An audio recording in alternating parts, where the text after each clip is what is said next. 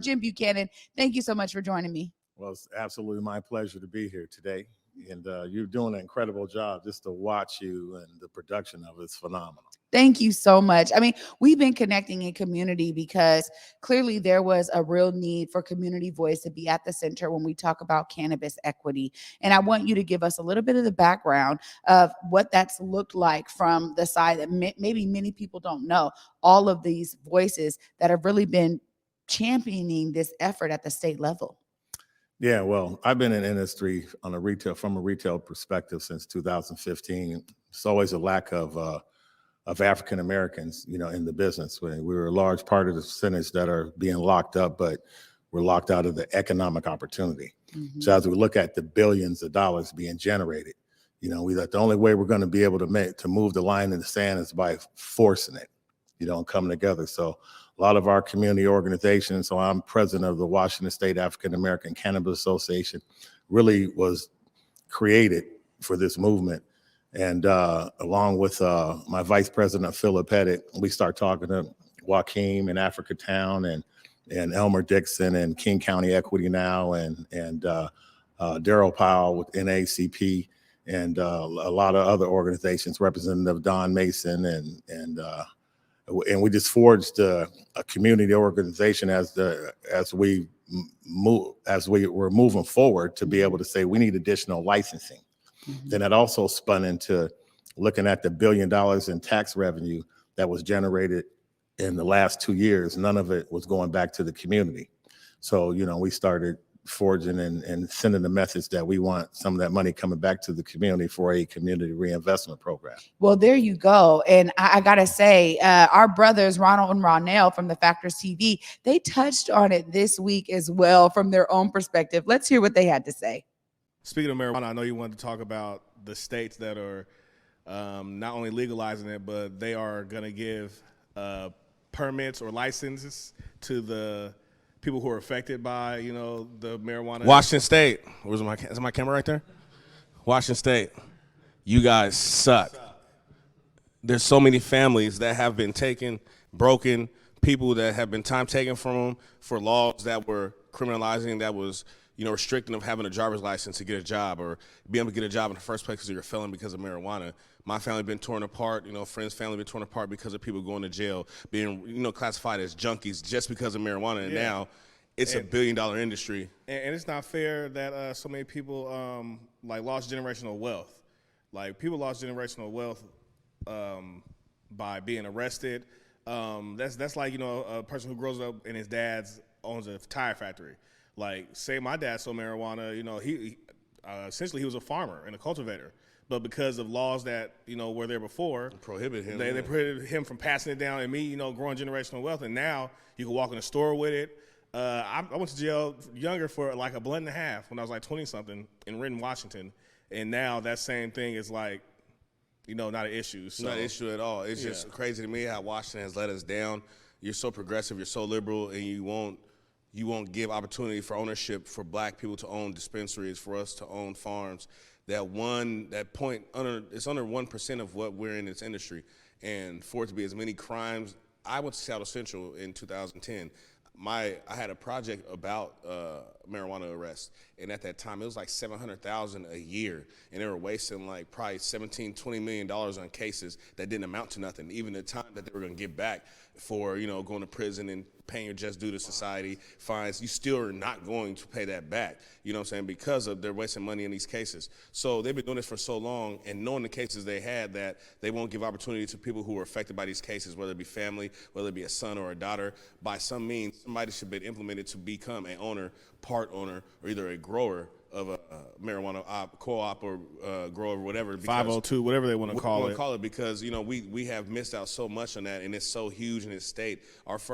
For a long time, our first main revenue income was like red apples. Like farming is huge here. If you think marijuana is not farming, then you got the wrong thing. You're thinking the wrong way. Hemp is paper, it's everything, clothes, shoes. So you just got to think about what's taken away from us from the past till now, and opportunities you didn't give. That's coming with all these new dispensaries, all these new laws where there are going to be so many cafes and different things. It's like, give us a chance. You need to go back in time and rewrite some things to give us opportunities to apply for these licenses and these permits. Absolutely. Jim, this is exactly what you've been working on the back end. Tell us about some of the work around 1827 and some of the other bills that you guys are trying to pass in this past legislative session. Looks like there's some wins that we could celebrate. Tell us all about that. Well, the win, it's tough. It was a tough road and still is, but we had proposed in 1827, it was a bill to put $125 million annually for a community reinvestment program. We went and spoke to the governor in November and asked him to put $250 million annually into a supplemental budget for community reinvestment. Then he came back on December 14th and told us that he would do 125 million. So that created 1827.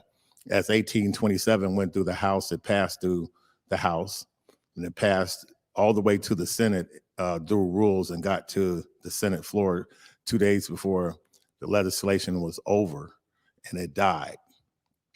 While it was seeing the kiss of death, we were able to get it moved into the operational budget and get monies moved into the operational budget along with the text that went along with it. There's a lot of craftiness, and when they want to do something, they can do it. There's lots of ways that they can do it. And if we don't have the understanding of legislation and how stuff moves around, then, you know, a lot of stuff will die and be dead. But we were able to get $200 million for this fiscal year for community reinvestment that starts in July. The 2023 fiscal year starts in July. We're able to get $100 million for 2024 and $100 million for 2025. So we were able to get $400 million for the next 3 years for our community reinvestment program. But it was with the efforts of the community coming together. The key is community coming together and understanding that it's not over till it's over. And even when it's over, it's not over. The new fight starts when the old one ends. They all connect together. So the mind, whatever the mind believes and conceives, it will achieve. You know, so just got to stay hard in the game at it.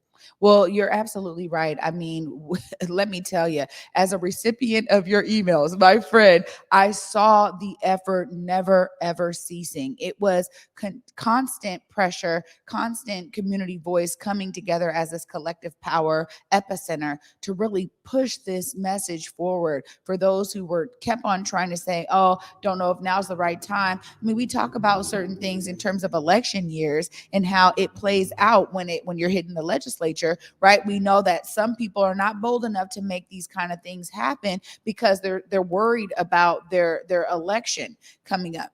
And ultimately, it is on the job of our elected officials to do the work of their constituents. But sometimes we see that there's a lack of that effort, right? And even as some of those champions on the legislature and those that are elected officials on that other side, they're pushing for certain things. But if they don't have community advocates like yourselves and all the groups that you mentioned, then a lot of things will die because we can't expect for them to carry these torches for us. So tell me a little bit about wielding that collective power, because I want people to understand that if they don't first identify that as a needed metric to make things happen, already it's going to be a really long road for them, and it probably won't end in the success they want to see. It takes all of these guys coming together. Tell us about the efforts that you and others really made to ensure that all of these people were aware of what was going on. Well, first of all, they call that stakeholders investments. We're the stakeholders. So if we don't forge it, they're not going to do it.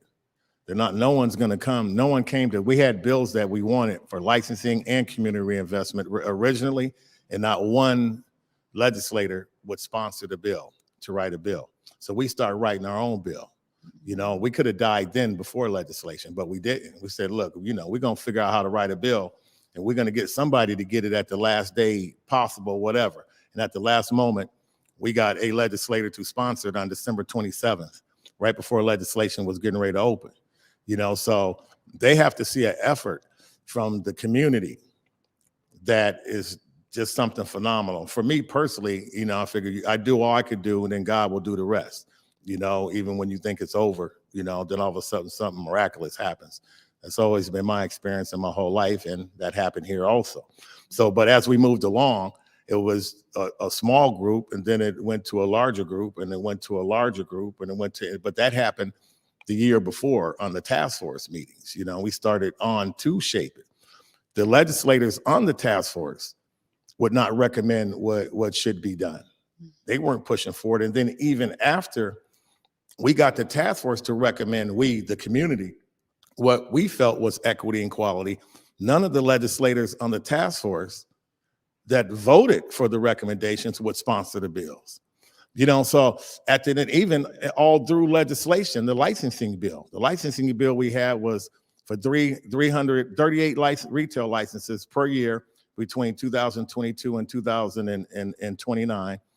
And it was 25 producer processor licenses between 2022 and 2029. And all new license types that might be developed, like smoke lounges and delivery licenses. And that's basically what our bill was, and some capitalization to go along with it. $22.5 million annually to go along with the capitalization of it. And that bill got support going all the way through, but then when the opposition started coming after it, the legislators that supported it start folding, and it ended up dying. So, our solution, though, what we learned through this is that we have to change legislators. And that's what we're doing now. As we forged what we feel equity is for economics with community investment is a win. We got $400 million. We didn't get any licenses. And we're pissed off about that. Like the emails you say, as you saw, they weren't nice emails. I mean, we're not trying to make friends. We're respectful, but at the end of the day, we're calling everything out for what it is. And we're calling out now to all the legislators. And I hope some are listening now, because we'll be showing up at their campaigns. We'll be forging against ones that aren't with equity and equality. And we're going to keep doing that. And now our numbers, of stakeholders are mounted up to thousands of people now, and lots of organizations in the BIPOC community. So we're going to make a difference. We're supporting Pastor Anderson in the 30th district in Federal Way. He was one of the soldiers that was fighting with us on the front line for equity and equality. And there's 5 or 6 other spots, even if now that it's kind of late for people to get in, we're looking for good candidates that our coalition can support in the 30th district, the 37th district, the 11th district, where the districts in Tacoma, that where we all are BIPOC folks, kind of dominate. We're going to make a change. So when we come back next year, they know us now. We met with over 90 something legislators, and they know how we get down and how we're coming, and we're coming even larger next year for equality. Well, that says a lot in terms of community power and collective voice. And I think it's so important when we, even just hearing the factors there talk about this, the twins, I mean, from their generation, they really felt the effects of the war on drugs, and from generations before them. And the idea is that what a lot of these bills are aiming to do is correct those past wrongs. Like at the end of the day, I mean, we still have people right now, and I know there's some things happening at the city level right now for certain equity in cannabis and equity for workers in the cannabis industry. There's a lot kind of going on. Teresa Mosqueda's office kind of heading that up at the city level. But I love hearing all these things that are happening at the state level, because, we didn't get any licenses, but now we have $400 million coming into community reinvestment. Tell us about some of the things that money is going to be going towards. Well, grants for businesses and small businesses, low interest loans, nonprofits, some of our community nonprofits to be able to further their goals and objectives, education, youth programs, prison reentry programs. So it's kind of a wide range. I'm on a work group, which is the Community Reinvestment work group, and we're working with the Department of Commerce, to really define on and how that the funds will be given out. But it's going to be a quick turnaround. In July is when, the target date is to start, giving funds out. But our whole deal is do programs. I'm 62 years old. So, I've been around a while. I'm in the 4th quarter. This is for those gentlemen's generation, for your generation, for your kids' generation. We've got to be able to recycle economics into our community. We don't want social programs are fine. And, those are traditional. We want money. We want economics. We want to be able to flip the Native Americans, God bless them, which I'm in support of. But 2020, they generated $1.9 billion in net sales in their community, and then the legislation signed a bill where you can do sports betting in the casinos. That's going to put another $1 billion annually into their pockets net sales. So by next year, it'll be $3 billion a year. And we're looking at, we don't have nothing.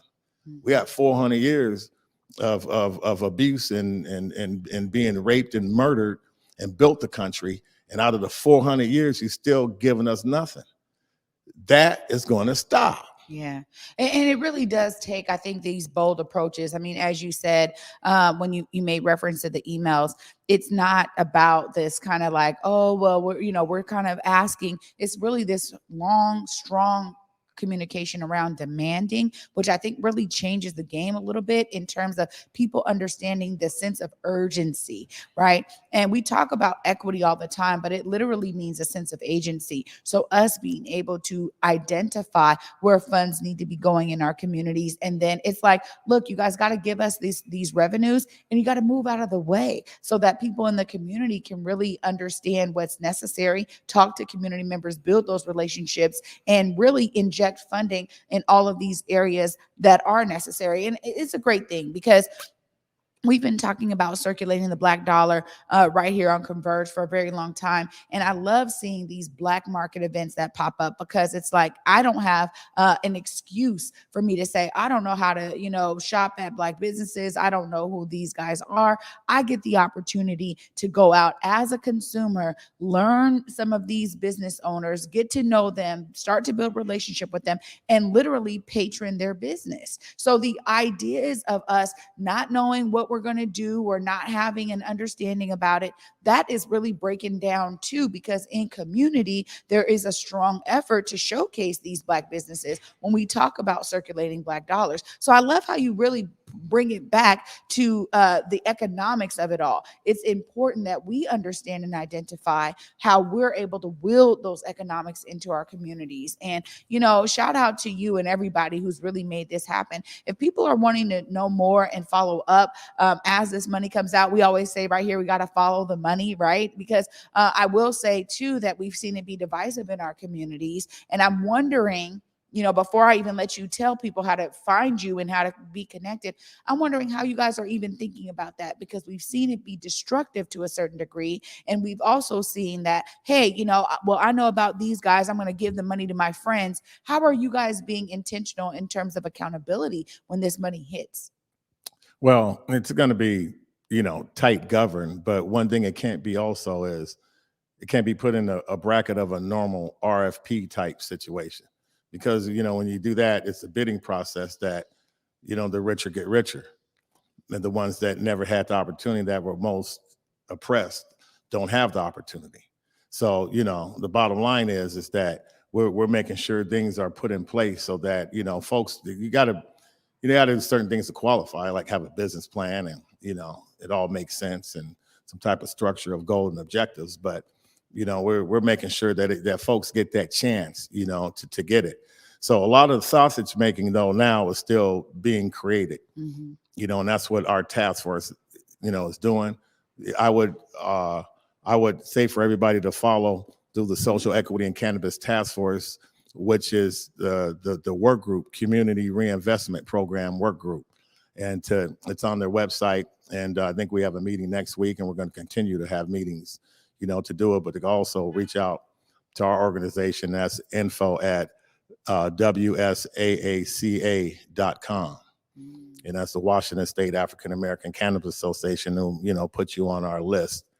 That so, folks will be able to get updated, as we go along. We're going to keep them updated, but we're tracking it, we're tracking it all the way through. So as we fought forward, we're fighting forward to get to the right place. There we go, Jim. It's so necessary. And thank you so much for being on here today to just give us a real rundown of all of the efforts throughout this legislative session around cannabis equity. We're still coming for those licenses, obviously. Oh, yeah. But I love the fact that there is something we can celebrate here with regard to revenues coming into our community. Thank you for all of your hard work on this, and thank you to everybody out there who's been a part of this effort. Jim, it was great to have you on Feel Good Friday today. Well, thank you, for having me on, and want to thank everybody for support.